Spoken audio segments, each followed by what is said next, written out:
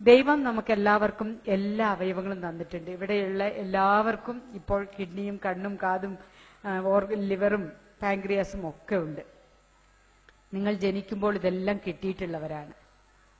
നിങ്ങൾ രാവിലെ എണീക്കുന്നു, കുളിക്കുന്നു, പല്ല് തേക്കുന്നു, നിങ്ങളുടെ എല്ലാ കാര്യങ്ങളും ചെയ്യുന്നു. അതിന്റെ അർത്ഥം ആദ്യം നിങ്ങൾ സ്നേഹിക്കുന്നത് നിങ്ങളെ തന്നെയല്ല, അല്ലേ?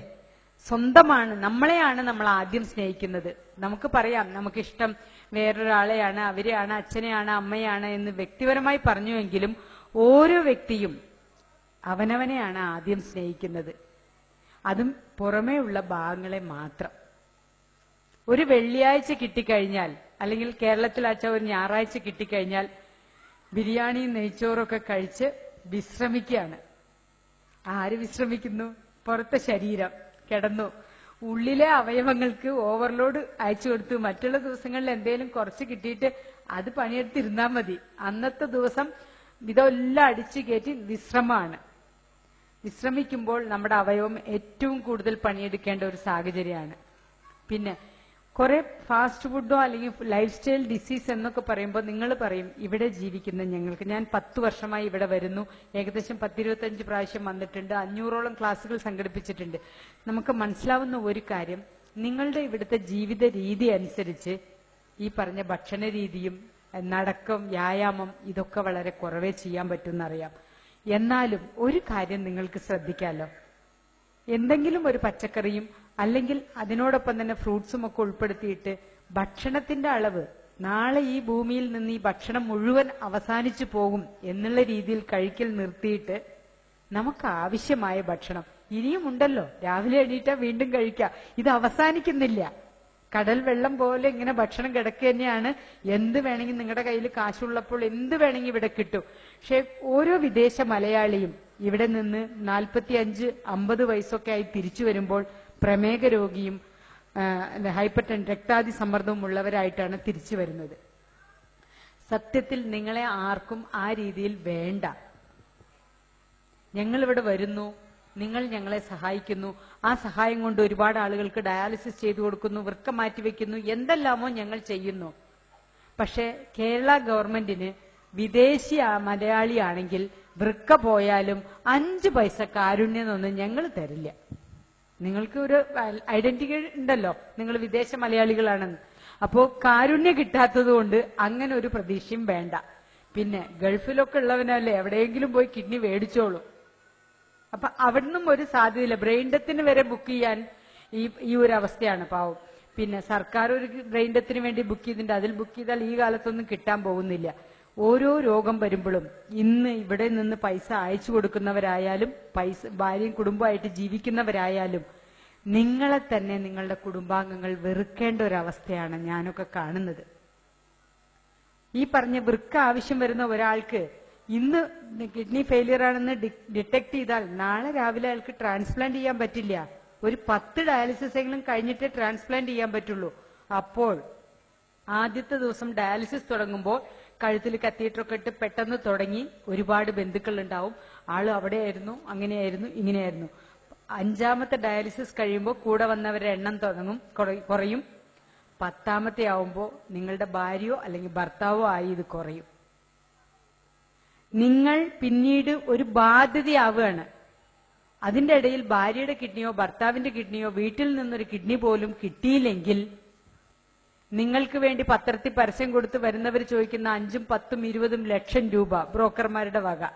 കടാവറൊന്നും ആയിട്ടുമില്ലല്ലോ, ഇപ്പൊ തുടങ്ങിയിട്ടല്ലേ ഉള്ളൂ. ബോധവൽക്കരണം തുടങ്ങിയിട്ട് വർഷങ്ങളായാലും കിട്ടിയിട്ടില്ല.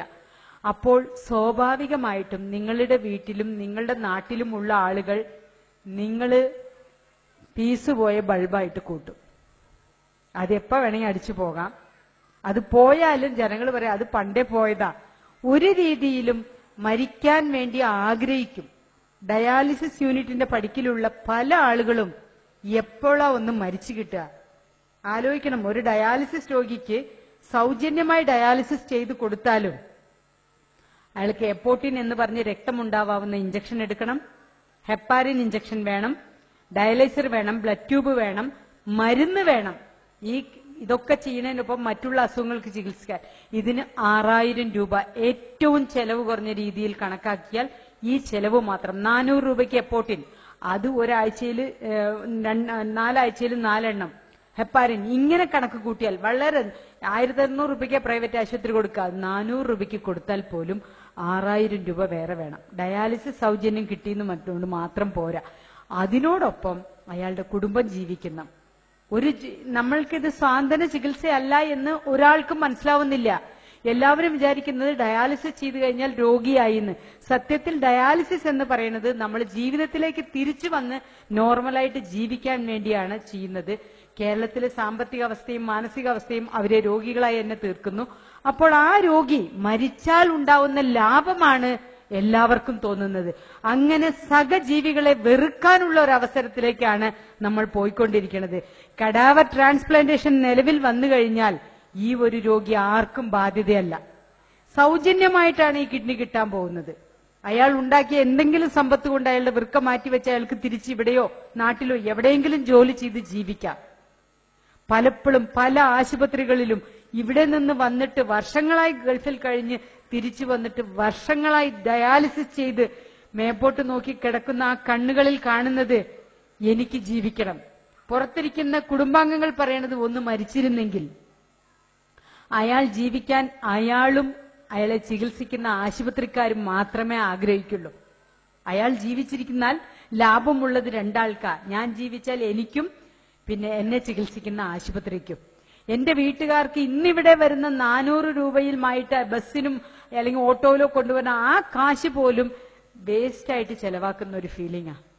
അങ്ങനെ മറ്റുള്ളവർ നമ്മുടെ മരണം ആഗ്രഹിക്കുന്ന രീതിയിൽ ഒരു മരണം നിങ്ങൾ ആരും ആഗ്രഹിക്കരുത്, അതിലേക്ക് മുതിരരുത്. അതാണ് എനിക്ക് ആദ്യമായി പറയാനുള്ളത്. രണ്ടാമത്, ഒരാൾക്ക് വേണ്ടി പത്രത്തിലൊക്കെ നിങ്ങൾ കാണാം, വൃക്കരോഗി കനിവ് തേടുന്നു, ഹൃദയരോഗി കനിവ് തേടുന്നു, അല്ലെങ്കിൽ ഹാർട്ട് പേഷ്യന്റ്, ക്യാൻസർ പേഷ്യന്റ്. നമുക്ക് വേണ്ടി വേറൊരാൾ പിരിക്കുക എന്ന് പറയുന്നത് ഇവിടെ ഇരിക്കുന്ന ആർക്കെങ്കിലും ഒരാൾക്ക് അംഗീകരിക്കാൻ പറ്റുമോ? നിങ്ങളെല്ലാവരും പ്രാർത്ഥിക്കണ ഇപ്പൊ അതല്ലേ. നമുക്കൊന്നും ഈ അവസ്ഥ വരില്ല എന്ന് വിശ്വസിക്കുന്നവരും വരരുത് എന്ന് ആഗ്രഹിക്കുന്നവരും ഉണ്ട്. അപ്പോ അത് ഉറപ്പിച്ച് തീരുമാനിക്കുക. എനിക്ക് വേണ്ടി എന്റെ സഹപാഠികളോ എന്റെ കുടുംബക്കാരോ മറ്റുള്ളവരുടെ അടുത്തുനിന്ന് 1 രൂപ പോലും പിരിക്കാനുള്ള അവസ്ഥ വരരുത്. മാരക രോഗങ്ങളൊന്നും വരാതെ ശ്രദ്ധിച്ചോളാമെന്ന്. എല്ലാ അവയവങ്ങളും ഉണ്ട്. സ്വർണ്ണപ്പീടികയിൽ പോയി സ്വർണ്ണമെടുക്കാൻ സ്ത്രീകൾ ഒരുപാട് സമയം, ബ്യൂട്ടി പാർലറിൽ പോകാൻ, പുരുഷന്മാർ ഷേവ് ചെയ്യാൻ ഒക്കെ സമയം കിട്ടുന്ന നിങ്ങൾക്ക് ഒരു 10 മിനിറ്റ് ദിവസവും നിങ്ങൾക്ക് വ്യായാമം ചെയ്യാൻ വേണ്ടി മാറ്റിവെക്കാൻ പറ്റില്ല എന്ന് പറയുന്നത് ഒരു രീതിയിലും ശരിയല്ല. 24 മണിക്കൂറിൽ 10 മിനിറ്റ് സ്വന്തം ആരോഗ്യത്തിന് വേണ്ടിയിട്ട്, വേറെ ആർക്കും വേണ്ടിയിട്ടല്ല. നിങ്ങൾ ഇവിടെ വന്ന് കഷ്ടപ്പെടുന്നത് കുടുംബക്കാർക്ക് വേണ്ടിയിട്ടാണ്, സമൂഹത്തിന് വേണ്ടി ഒക്കെ ആണെങ്കിലും നിങ്ങൾക്ക് വേണ്ടി ഒരു 10 മിനിറ്റ് മാറ്റിവെക്കുക. വർഷത്തിൽ ഒരിക്കൽ ഇവിടുന്ന് പോകുമ്പോൾ നാട്ടിൽ പോയിട്ട് ഹെൽത്ത് ചെക്കപ്പ് ചെയ്യാം. കാറ് വിളിക്കുന്നു, കല്യാണത്തിന് പോകുന്നു, സദ്യ കൊടുക്കുന്നു, എല്ലാം ചെയ്യുന്നതോടൊപ്പം നിങ്ങൾ ആരോഗ്യവാനാണോ? നിങ്ങൾ ഇവിടെ തിരിച്ചു വന്ന് ഇവിടെ കിടന്ന് മരിക്കാൻ ഉള്ള അവസ്ഥ.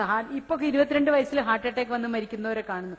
അത്തരം ഒരു മരണം എനിക്ക് സംഭവിക്കാതിരിക്കട്ടെ, അതിനുവേണ്ടി ഒരു 2000 രൂപ ഞാൻ മാറ്റിവെക്കും എല്ലാ കൊല്ലം എന്ന് ഓരോരുത്തരും തീരുമാനം എടുക്കുക. നമ്മൾക്ക് ഈ തീരുമാനം, മറ്റുള്ളവരുടെ അവയവത്തിന് വേണ്ടി എന്തിനാണ് കേഴുന്നത്? എല്ലാം നിങ്ങൾക്കില്ലേ? ഇത് മുഴുവൻ ജീവിത ശൈലി രോഗം കൊണ്ട് കളഞ്ഞിട്ട് വേറൊരാളുടെ അവയവത്തിന് അയാൾ തരണം എന്ന് പറയുന്നത് ഏത് രീതിയിലാ? നീ എന്താണ് ആർക്കെങ്കിലും കൊടുത്തിട്ടുള്ളത്? അച്ഛൻ പറഞ്ഞു കൊടുക്കണം, നീ ഒന്നും കൊടുത്തിട്ടില്ലല്ലോ, പിന്നെ എങ്ങനെ നീ വേറൊരാളുടെ അവയവത്തിന് വേണ്ടി നടക്കും? അപ്പോൾ അത്തരം അവയവങ്ങൾ എനിക്ക് വേണ്ട.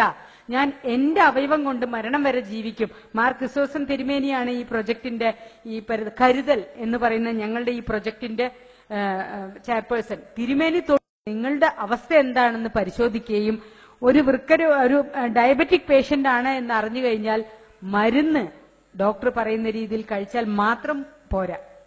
വ്യായാമം, ഭക്ഷണ നിയന്ത്രണം, കൃത്യമായ പരിശോധന, പിന്നീടാണ് മരുന്ന്. 4ാമതാണ് മരുന്ന്. ആദ്യം മരുന്ന് കഴിച്ചുകൊണ്ട് കാര്യമില്ല. ഇത് ചെയ്തില്ലെങ്കിൽ നിങ്ങളും ഈ ഡയാലിസിസ് യൂണിറ്റിലും എന്റെ അടുത്തും അച്ഛന്റെ അടുത്തും രജിസ്ട്രേഷൻ ഫോമുമായി നിൽക്കേണ്ട ഒരു അവസ്ഥ വരും. അതുകൊണ്ട് എപ്പോഴും പറയുന്ന ആ സമയമില്ല എന്നുള്ളത് ഒന്ന് മാറ്റിവെക്കുക. സ്വന്തം കാര്യം ചിന്തിക്കുക. നിങ്ങൾ തന്നെ നിങ്ങളെ ഇമാജിൻ നോക്കുക. ഞങ്ങളുടെ ഒക്കെ അടുത്ത് വന്നിട്ട് എനിക്ക് കിഡ്നി ഇല്ല, എനിക്ക് ഹാർട്ട് കംപ്ലൈന്റ് ആണെന്നോ, എനിക്ക് അല്ലെങ്കിൽ ലിവർ ഫെയിലിയർ ആണോ എന്ന് പറയുമ്പോൾ ഞങ്ങൾക്ക് ഉടനെ എടുത്ത് തരാൻ പറ്റില്ല. ഇതൊന്നുമില്ല. ചിലവർ മേടിക്കും. ഇപ്പൊ നന്നായിരിക്കുന്നുണ്ട്, 2 മേടിച്ച് ഫ്രിഡ്ജിൽ വെച്ചാലോ എന്നൊക്കെ എന്നോട് ചോദിക്കാറുണ്ട്. എട്ടാം ക്ലാസ്സിൽ പഠിക്കുന്ന കുട്ടി വന്നിട്ട് പറയും, അച്ഛനും അമ്മയ്ക്ക് സാമ്പത്തിക ബുദ്ധിമുട്ടുണ്ട്, എന്റെ ഒരു കിഡ്നി എടുത്തിട്ട് വൈകുന്നേരം ആകുമ്പോഴേക്കും മാഡം എന്നെ പറഞ്ഞേക്കോ കുറച്ച് കാശും തന്ന് എന്ന് ചോദിക്കാറുണ്ട്. അതുപോലെ എടുത്തു തരാൻ പറ്റുന്ന ഒരു അവയവമല്ല. അതിനുള്ള നിയമക്കുരുക്കുകളും ബുദ്ധിമുട്ടുകളും പിന്നെ ഈ പറഞ്ഞ സാമ്പത്തിക ബാധ്യതകളും നിങ്ങൾക്കറിയില്ലല്ലോ. ഇപ്പൊ നമുക്ക് തോന്നും ശരീരത്തിന് ഒരു വിലയുമില്ല. ലക്ഷക്കണക്കിന് വിലയുള്ള ഒരു അവയവങ്ങളും ഒരുപാട് അവയവങ്ങളുമായിട്ടാണ് നമ്മൾ ജീവിക്കുന്നത് എന്ന സത്യം ഇത് പോകുമ്പോൾ മാത്രമേ തിരിച്ചറിയാൻ പറ്റുന്നുള്ളൂ.